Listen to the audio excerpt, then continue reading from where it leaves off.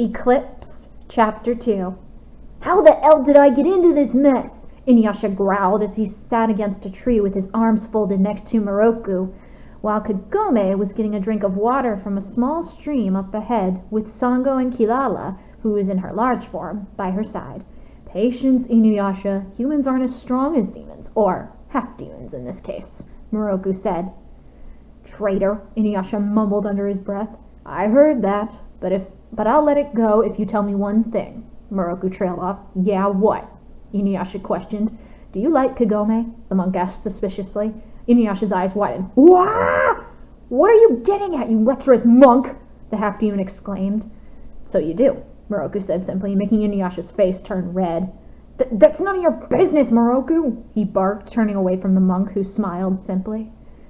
There's nothing to be ashamed of, my friend. Love is a precious thing, and it can start with a small, submitting attraction that we feel towards another. I think Kagome would be a suitable wife and mate for you, Moroku proclaimed. Practice what you preach, you lecherous monk. You've been flirting with that demon slayer for the past 2 hours since we've started this trip. Why don't you make a move on her like you do with every girl you come across? Inuyasha teased. Moroku cleared his throat. Ahem. As much as I would love to do just that, if I even look at her, she would gut me like a fish. And her name is Sango, the monk stated firmly. Always have to have the last word. Inuyasha sighed as he then turned to Kagome, who was drinking the stream water from her cupped hands. Well, I can't deny the fact that Kagome is beautiful, because she's the most beautiful woman I've ever seen. But no one wants a half-demon for a mate or husband. There's no way she'd accept me. She probably doesn't even like me, Inuyasha thought to himself as he watched Kagome blissfully. You done yet? Inuyasha then called out to the 3 females by the stream. Be patient, you half-dog, Sango shouted as Kilala, who was still in her large form, growled at the 2 men under the trees. You don't have to bite my head off, I was just asking, Inuyasha snapped. All of you calm down. To answer your question, Inuyasha, I'm finished. As for you, Sango, you owe Inuyasha an apology. He's a being with feelings as much as the rest of us, half-demon or not, Kagome proclaimed firmly.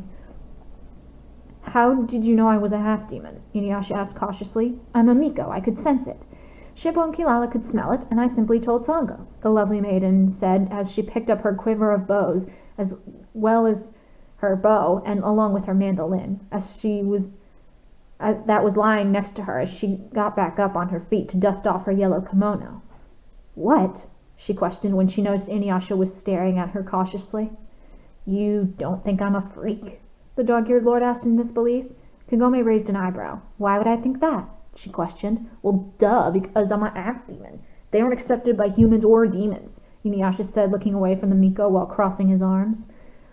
Maybe you yourself are not accepted because of your bad attitude, Shippo proclaimed as he was lying on the tree branch above Inuyasha and Moroku. I heard that, you little pest, Inuyasha shouted as he jumped onto the branch and gave the little fox a noogie. Ow, hey, Shippo cried out. Both of you knock that off, Sango shouted, making Inuyasha growl as he threw Shippo out of the tree, to which Kilala caught him on her back. Inuyasha, that wasn't very nice, Kagome exclaimed. Whatever, let's get a move on. The castle is a lot further west, Inuyasha barked as he jumped down from the tree branch and stomped ahead of everyone else. Has he always been this rude? Kagome asked Moroku, who sighed. No, Inuyasha just doesn't really know how to act towards those who accept him as a half-demon.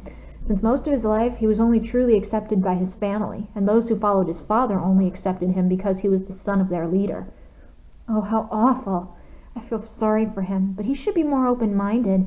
I think he's special in his own way. Inuyasha himself just has to see that, Kagome said. Inuyasha's ears twitched at the Miko's words, which she had no idea he heard. She really doesn't care that I'm a half-demon? He asked himself, but before he could continue in thought, his canine nose picked up a delicious scent. What do you smell, Inuyasha? Moroku questioned from behind the dog-eared lord. There's an inn a mile or 2 up ahead, but we don't have time to, Inuyasha started, but Shippo cut him off. An inn? Great, I'm starving, the little fox kid exclaimed, jumping in front of the 2 men. Inuyasha sighed. Fine, but just for lunch, and we're leaving, he growled, as the group walked in the direction to where Inuyasha smelled the inn. It wasn't long before the 6 travelers came across a wealthy-looking demon inn with the sound of beautiful music coming from inside. This looks expensive, Kagome said nervously. No worries, I haven't money to pay for a meal for all 6 of us, INUYASHA said proudly as he assured the group as they walked inside the inn. Seeing demons of all shapes and sizes sitting around tables, eating meals, watching a female demon on stage wearing a pink kimono with white decorative butterflies on it. She had elf-like ears, red eyes, black hair that was in a bun held up by 2 light pink feathers, and she was singing a wordless melody, but it was beautiful all the same. After a moment, the female demon left the stage after the song, earning applause from the audience in her wake. She had a very pretty voice, Sango commented as she and the rest of the group sat on their knees at one of the tables. Kagome sings way better, Shippo replied with a shrug. Good point, Sango stated, making Kagome blush as Kilala sat in her lap in her smaller form. You sing, Kagome? Moroku asked, raising one of his eyebrows. Yes, the Miko replied bashfully, but before another word was said, the female demon who had been singing on stage only moments ago approached the group's table. Pardon me, my name is Kagra. I overheard one of you could sing, she said, glancing at the group, but stopped when her eyes landed on Kagome and her mandolin. It's you, isn't it? Kagra asked, trying to contain her excitement. Yes, I love to sing and play my mandolin, Kagome stated cautiously. Oh, that's great! Kagra exclaimed as she then embraced Kagome, making Sango and Kilala flinch. My partner Kanna quit yesterday, and I need a duet partner for my next few performances. Would you do me the honor of singing with me on stage? Kagra said kindly. Sing on stage? Kagome trailed off, looking at the stage in front of the inn. You should, INUYASHA stated, making everyone in the table look at him. I've heard you sing. You should share with as many as you can, he said, not looking at the others for the fear that they might see the blush on their face. Kagome blinked at INUYASHA, but nonetheless looked back at Kagra. I'd love to sing with you, she said shyly. Great, let's go! Kagra exclaimed, dragging Kagome backstage with her. Kagome shouldn't be up there with a stranger. Come on, Kilala, we have to... Sango started, but Moroku held up his hand. Kagome made her decision to sing with Miss Kagra, so let her. You only live once to accomplish your dreams, he said wisely. Sango sighed and crossed her arms, while INUYASHA and the others turned their attention to the stage, waiting patiently for Kagome and Kagra's performance.